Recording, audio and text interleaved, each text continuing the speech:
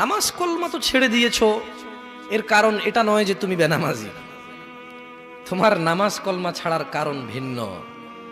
তুমি মনে করো আর কি তোমার মন চায় না, তুমি পারো না, তাই তুমি নামাজ পড়ো না। আসলে তোমার তাওহীদের সমস্যা। কোথায় সমস্যা?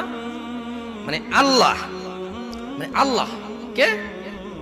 আল্লাহ তিনি যে তোমার হিসাব নিতে সক্ষম এবং তিনি যে তোমার হিসেব নিবে, তুমি এটা পরিপূর্ণভাবে বিশ্বাস করো না, তাহলে তো তুমি নামাজ পড়তে। তুমি মনে করো আর কি তুমি নামাজ পড়ছো না, তুমি গাফেল। এই জন্য তোমাকে বলেছি আল্লাহকে ভয় করতে হবে। ফর এক্সাম্পল, আল্লাহ নামাজ ফরজ করেছে। কে নামাজ ফরজ করেছে? আল্লাহ। মুয়াজ্জিন আজান দেয়, তুমি নামাজ পড়ো না। তুমি মনে করো তোমার দান সাদাকা তোমাকে উদ্ধার করবে? তোমাকে ভুল শিখিয়েছে। আমি মানুষ, ছোট হতে পারি। শোনো, জোর জবরদস্তি করে কিছু কথা আমাকে শুনিয়েও দিতে পারো, এখান থেকে নামিয়েও দিতে পারো। বলছি না তোমরা নামাবা, বাট এটা পারো। তবে মনে রাখবে, কথা যেটা বলে সেটা উল্টাতে পারবে না। কেন পারবে না জানো?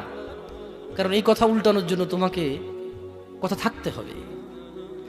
মনে রাখবে, তোমার দান সাদাকা হিসেবই হবে না। তুমি কি মনে করো হিন্দু লোককে আল্লাহ প্রশ্ন করবে কিয়ামতে, এ হিন্দু, এতগুলা বুতকে পূজা করছিস, ঠিক আছে বল নামাজ কেন পড়িসনি?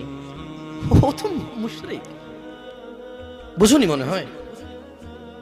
এটা স্কুল, এটা স্কুল, এখানে আমি পড়ি না, আমার কি পরীক্ষা হবে? আমার কি পরীক্ষা হবে? বুঝে দিতে পারিনি মনে হয়।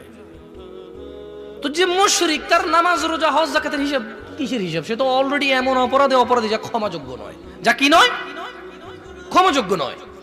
একজন বেনামাজি মানুষ, সে মনে করে নামাজ না পড়া শুধু নামাজ না পড়া, অথচ আল্লাহর নবী, যে একটু আগে বললাম, আল্লাহ বলেছে যদি তোমরা আল্লাহর ভালোবাসা পেতে চাও তাহলে রাসূলের অনুসরণ করো।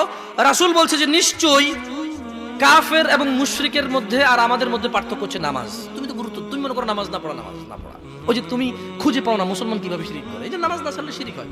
দেখো, আমি অনুবাদক, এখানে যারা বুখারী পড়ায়, মুসলিম পড়ায়, তিরমিজি পড়ায়, হাদিস তারা পেয়েছে না। হানাফি, শাফি, মালিকি, হাম্বলি, তিরমিজি, আবু দাউদ নাম দিয়ে তুমি পরিবর্তন করে গোপন করতে পারো, কিন্তু আছে।